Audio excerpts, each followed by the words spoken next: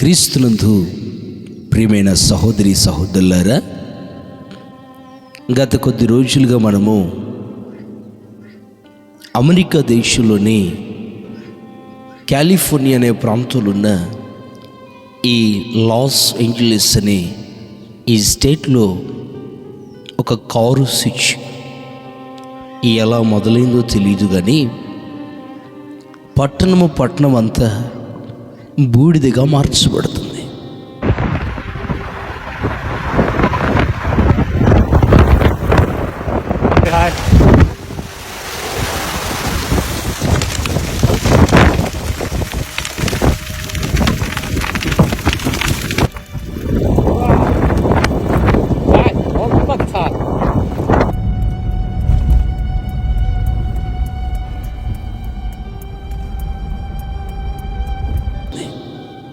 ఆ ప్రాంతం అంతా ఖాళీ బూడిదైపోయింది. ఏమాత్రం కూడా అక్కడ నివాస యోగ్యముగా కనరావట్లేదు. చాలామంది స్పందిస్తూ ఉన్నారు, అందరూ చెప్తా ఉన్నారు, ఈ కారు స్విచ్ రగలక ముందు ఏదో గోల్డెన్ గ్లోబల్ సమిట్ ఏదో జరిగిందట. ఆ సమిట్లో దేవునికి 0 ఓట్లు, దేవుని విశ్వసించట్లేదని, క్రియేటర్ లేడని 0 ఓట్లు దేవుడికి రావటాన్ని బట్టి దేవుడే కోపగించుకొని ఈ అగ్నిని పంపించి ఆ పట్టణాన్ని దహించి వేస్తున్నాడని చాలామంది చెప్తా ఉన్నారు. అది ఎంతవరకు వాస్తవమో ఏమో నాకు తెలియదు, కానీ లేఖనాలు మనము ఒకసారి ఆలోచన చేస్తే, లేఖనాలను మనం ఒక్కసారి తేరి చూచి చదవగలిగితే, మనం ఇప్పుడు ఎక్కడున్నాం, ఏ సమయంలో ఉన్నాం, ఏ గడియలో ప్రయాణిస్తున్నాం అనేది మనకి తెల్లపరచబడుతుంది.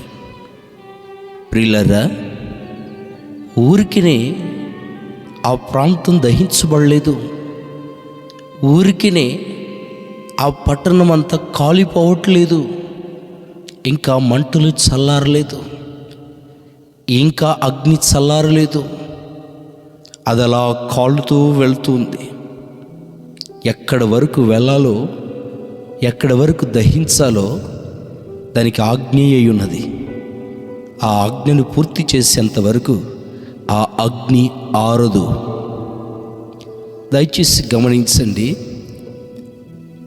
వరల్డ్స్ 4th రిచెస్ట్ స్టేట్ ఈ లాస్ ఏంజలీస్. దీన్ని ఏమంటారో తెలిసిన? సిన్ సిటీ అంటారు. ఈ ప్రాంతంలో ఎవరు ఉంటారయ్యా అంటే, ఈ మూవీ యాక్టర్స్ నివసిస్తారు, డైరెక్టర్స్, ఈ మూవీకి సంబంధించిన డిపార్ట్మెంట్, హాలీవుడ్, వీళ్ళంతా నివసించే ఓ రిచెస్ట్ స్టేట్. ప్రపంచంలోనే 4వ రిచెస్ట్ స్టేట్ అని ఈ లాస్ ఏంజలీస్, లాస్ వేగస్ అనే ప్రాంతాలు పిలువబడుతున్నాయి. ఈరోజు ఈ పట్టణాలు ఎలా ఉన్నాయి? కాలి బూడిదయ్యి భస్మం అయిపోయి ఉన్నాయి. Very costliest villas, mansions, Lamborghini కార్లు ఏమయ్యాయి? బూడిద యాషెస్ మాత్రమే మిగిలిపోయాయి. రకరకాలైన ప్రజలు రకరకాలైన కారణాలు చెప్తున్నప్పటికీ మనకు ఆధారం, మనకు కేంద్రం దైవ గ్రంథం Bible. What Bible says in this situation? ఈ పరిస్థితుల గురించి వాక్యం ఏమని చెప్తుంది? ఇప్పుడు జరుగుతున్న ఈ పరిస్థితుల గురించి లేఖనాలు ఏమంటున్నాయి అని మనం ఆలోచన చేస్తే కొన్ని నగ్న సత్యాలు బయటపడతాయండి. చూద్దాం రండి. బైబిల్ గ్రంథంలో నుంచి ప్రకటన గ్రంథము 18వ అధ్యాయం 15 నుండి నేను చదువుతాను, మీరు వినండి.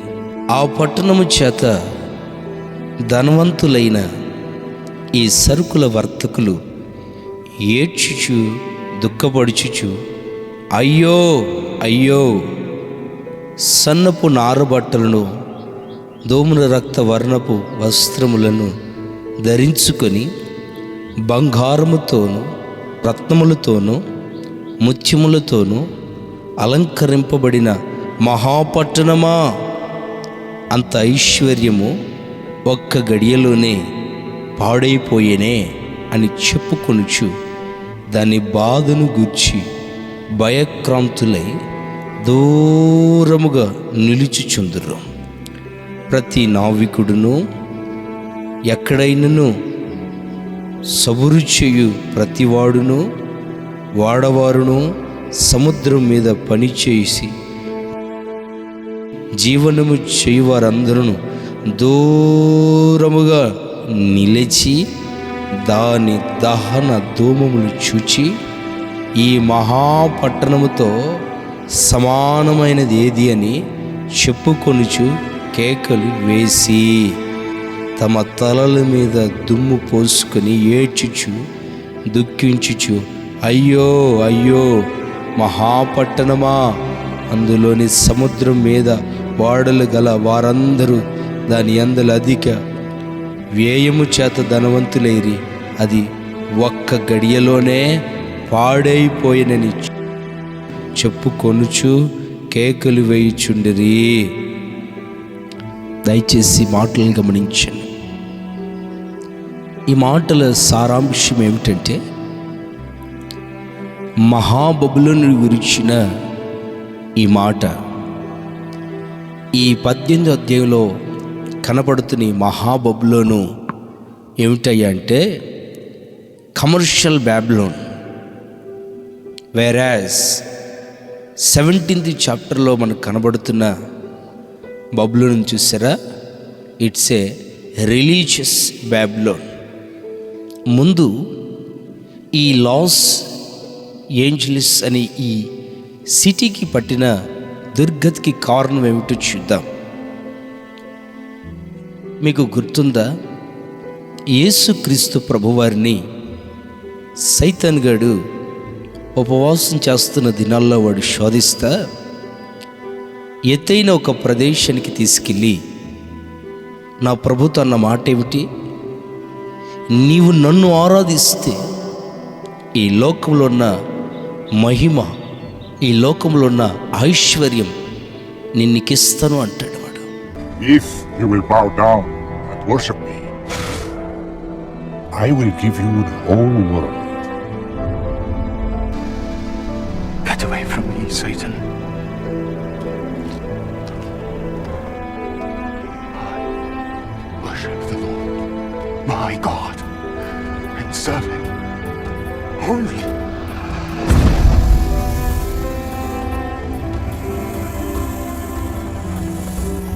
నా ప్రభు దానికి అంగీకరించరు. అయితే నా ప్రభు జయించాడు. ఆయన జయశాలి కనుక జయించాడు. ఇప్పుడు లోకంలో ఉన్న వారందరూ తమ ఐశ్వర్యవంతులుగా ఉండాలని, ఐశ్వర్యవంతులుగా జీవించాలని ఓ పరుగులు తీస్తా వారు చేస్తున్న ప్రప్రదమైన తప్పేమిటో తెలిసిన వారు సృష్టికర్తను విడిచి తమను కలుగు చేసిన ప్రభుని మరచి లోకములో ఉన్న శాప సంబంధమైన ఐశ్వర్యాన్ని, ఆశీర్వాదాన్ని పొందుకోవటం కొరకు సాతాను సంబంధమైన ఆరాధన చేస్తున్నారు. ఈ Los Angeles and Las Vegas పట్టణాన్ని సిన్ సిటీస్ అంటారు. అక్కడ పాపము పెట్టరేగిపోయి ఉంటుంది. నోటితో చెప్పలేని పాప సంబంధమైన క్రియలు జరిగే స్థలం ఏదైనా ఉన్నదా అంటే అది ఈ పట్టణమే. రకరకాలైన పాపము చేత కూడబెట్టిన ధనం వారిని ధనవంతులుగా చేసిందని వారు సంబరపడిపోతున్నారు. నిజ దేవుణ్ణి మరచి పాపాన్నే వాళ్ళు ఆరాధన చేస్తా సాతాను గారిని వెంబడిస్తూ సాటానిక్ వర్షిప్లో మునిగి తేలి కమర్షియల్ బ్యాబిలోన్గా మార్చబడిన సిటీ ఈ లాస్ ఏంజెలస్. ప్రియులారా, గమనించండి, దేవుని ఉగ్రతకు కారణం వారు దేవుని దూషించినందుకు కాదు, దేవునికి ఏదో 0 మార్కులు వచ్చినందుకు కాదు. దేవునికి విరుద్ధంగా పాప సంబంధమైన క్రియలు జరుగుతున్నాయి. వాయు వరుసలు లేని, తనమన భేదం లేని, ఇంటోరు బయటోరు అని భేదం లేని, విచ్చలవిడిగా జీవిస్తున్న ఈ విషయాలన్నీ చూసిన నా ప్రభు ఆయన చెప్పాడు, వారు దూరమున నిలిచి ఏడుస్తారు. మీరు అనుకోవచ్చు అందరూ చచ్చిపోయారేమో. లేదో 11 నుంచి 20 మంది చచ్చిపోయారంట. ఈ పట్టణాలన్నీ కాలిపోయాయి కదా. ప్రాణ నష్టం తక్కువ, ఆస్తి నష్టం ఎక్కువ. నీతిగా ప్రభునందు సంపాదించిన ఐశ్వర్యం కాదది.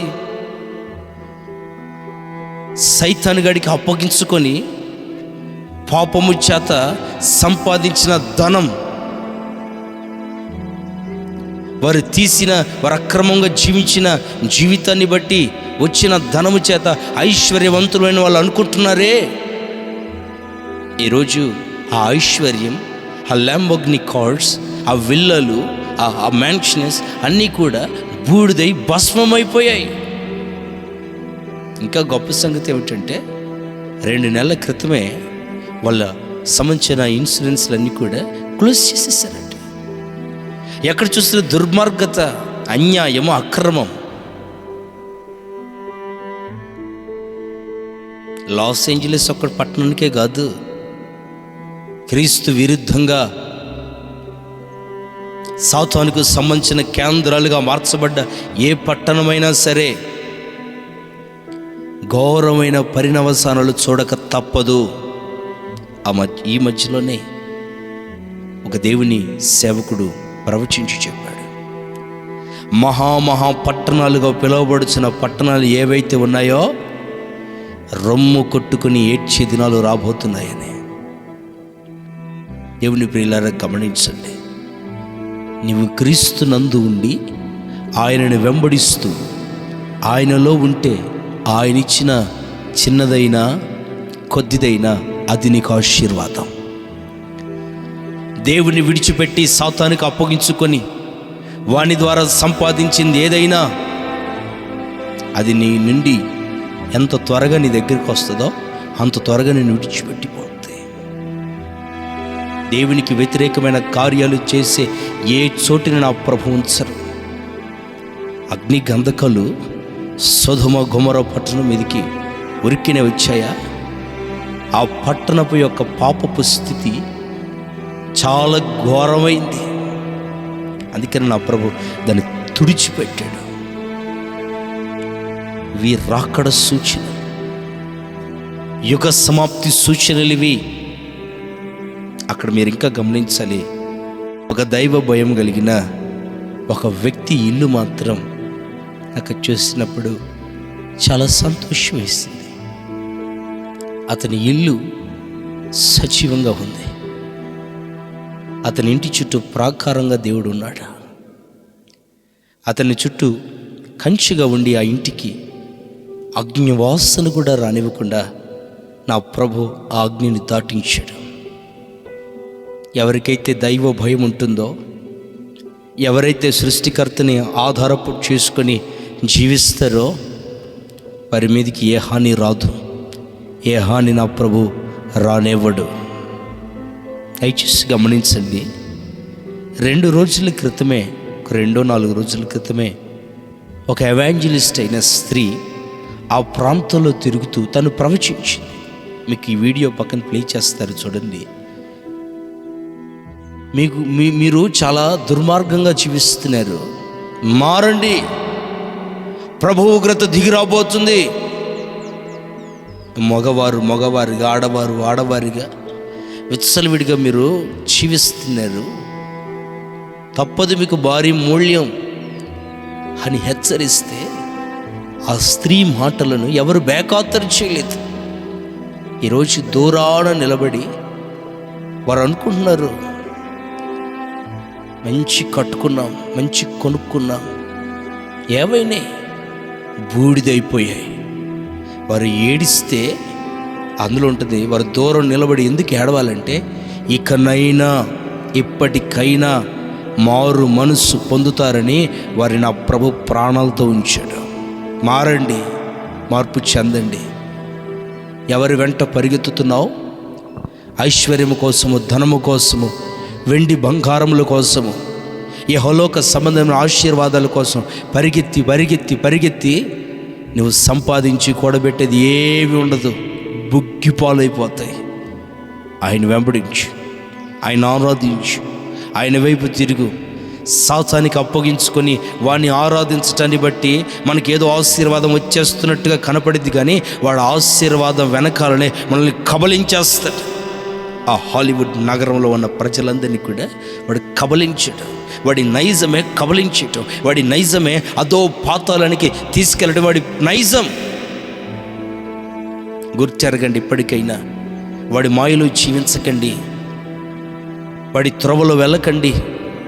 వాడి త్రోవలో పాతాళానికి త్రోవ, వాడి మార్గములు నరకమునకు త్రోవ. గుర్తించండి, ప్రభుని వెంబడించండి. వెండి బంగారములు, ఐశ్వర్య సంపదలు సంపాదించుకునే సమయం ఇది కాదు. రక్షణను కాపాడుకొని మెలకుగా ఉండి దివారాత్రములు రాకడ కొరకు ఎదురు చూసే సమయంలో మనం ఉన్నాం. ప్రియులారా, ఎందుకు లాస్ ఏంజలీస్కి ఈ దుర్గతి పట్టిందంటే అది కమర్షియల్ బ్యాబిలోన్గా మార్చబడింది. సాతానుకు కేంద్రమైంది ఆ ప్రాంతం. నా ప్రభు రాకడ దినాల్లో చెప్పిన మాట అక్కడ నెరవేర్చబడింది. అక్కడొక్కటే కాదు, ఇంకా మహా పట్టణాలుగా పిలువబడుతున్న కొన్ని దేశాలు ఉన్నాయి, కొన్ని ప్రాంతాలు ఉన్నాయి. రకరకాలైన భయంకరమైన పరిస్థితులు ఆ ప్రాంతాల్లో రాబోతున్నాయి. ఈ వీడియో చూస్తున్న దేవుని ప్రియులారా, రేపు ఏమి జరుగునో మనకు తెలియదు. నేడు అనే సమయం ఉండగానే, ఈరోజు అనే సమయం ఉండగానే మారు మనసు పొంది ప్రభు వైపు తిరిగి రక్షణ కాపాడుకుంటూ రాకడ కొరకు మెలకుగా ఎదురుచూచు వారికే క్షేమము, కాపుదల.